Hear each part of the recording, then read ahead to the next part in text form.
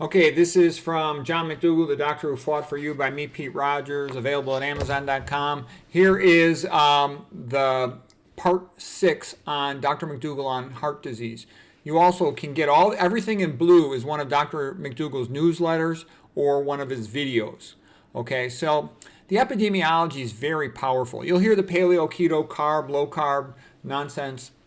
People try to say, oh, epidemiology doesn't matter. The reason they say that is because it's so obvious that, low-fat, plant-based is the way to go.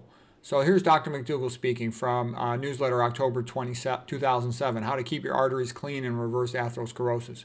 There are entire populations who before World War II did not have heart disease.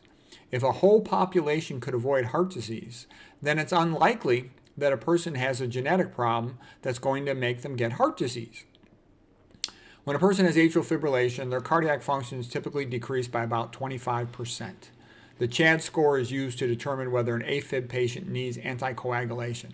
Okay, so that's a big statement there. If you look at epidemiology, you can look at the rationing studies also. When they didn't allow patients to eat meat, they had a dramatic reduction in their coronary artery disease and their diabetes and their hypertension. Okay, those are the rationing studies of World War I and World War II. So they're pretty powerful, that information. And then you can also just look at the Yanomamo, no atherosclerosis. They eat a plant-based diet in South America. You look at the Tarahumara, northern Mexico. They don't get coronary artery disease. Okay, it's just low-fat plant-based diets. You don't get it. Like Carl Esselstyn said, you're not going to grow atherosclerosis from eating kale. Okay, next one, newsletter from April 2013. Does olive oil and eating nuts really... What's their effect on heart disease? So Dr. McDougall says, all stretched out, humans have about 60,000 miles of blood vessel. By the way, a stent is only like, let's say, an inch and a half or something at the most. So you can't stent your blood vessels. You can't stent your way out of atherosclerosis. You've got about 60,000 miles of blood vessels. Your diet affects every inch of these blood vessels. Changing to a plant-based, starch-based diet helps improve blood flow.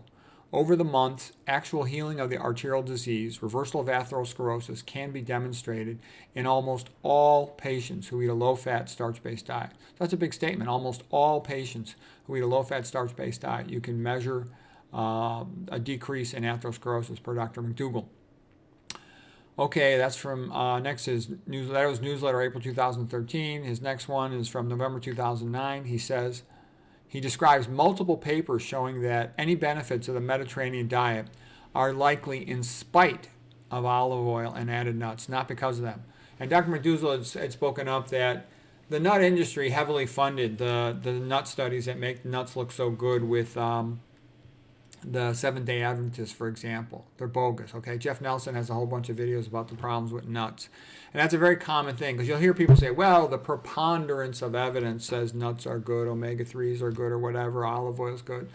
But I don't take that too seriously, preponderance of evidence, because the food company that makes each of these products, they will buy the journals, buy the scientists, and they'll just publish 10, 20, 30, whatever amount of papers they think is necessary. They'll just publish the papers. And then they can say, well, the majority of studies say our product is good. But that's not really science. That's advertising. Okay? And Dr. McDougall would say, nuts come in a hard shell for a reason. Dr. Esselstyn would say, people get addicted to nuts. They taste very good, and they eat too many of them. Okay, this is just a couple more of Dr. McDougall's references. So Dr. McDougall, he was great at arguing and debating the common causes of chronic disease and death in Western populations. So one of the most valuable things you get when you read Dr. McDougall is you'll get all these references, and he's gone through them all. He has the best references. He has them in perfect order. So here's just 4 papers on statins. Statins fail to save lives. Who should take statins? Talks about what a minimal benefit, if any, there is from statins. Crestor expands the indications for statins, and the public suffers. Statin therapy side effects include falls, muscle weakness, etc. Okay, so here's 4 papers showing you problems with statin. And again, I can tell you the smart thing to do is fix as much as you can by optimizing your diet and your lifestyle and avoiding toxins.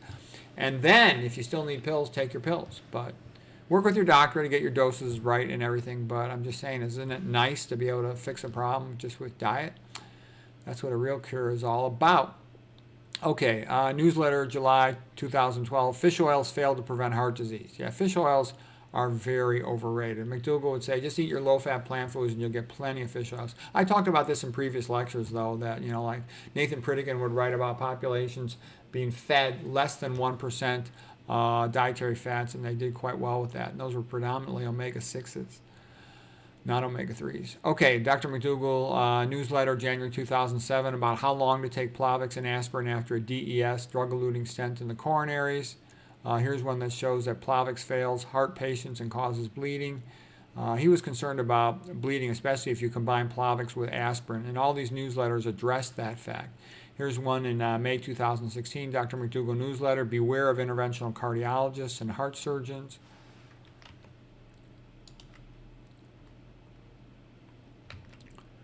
Okay, an article about taming elevated triglycerides, insulin resistance, and syndrome X. Syndrome X can be, he could be talking about metabolic syndrome. He could also be talking about coronary artery syndrome X, microvascular angina, and how you want to fix your diet, because otherwise, even if you're epicardial, your big outer coronaries are all open, it doesn't mean, the other ones aren't going to have problems. Okay, here's a paper. The higher the blood cholesterol, the higher the risk of myocardial infarction. Okay, and that concludes the 6 parts of Dr. McDougall on heart disease.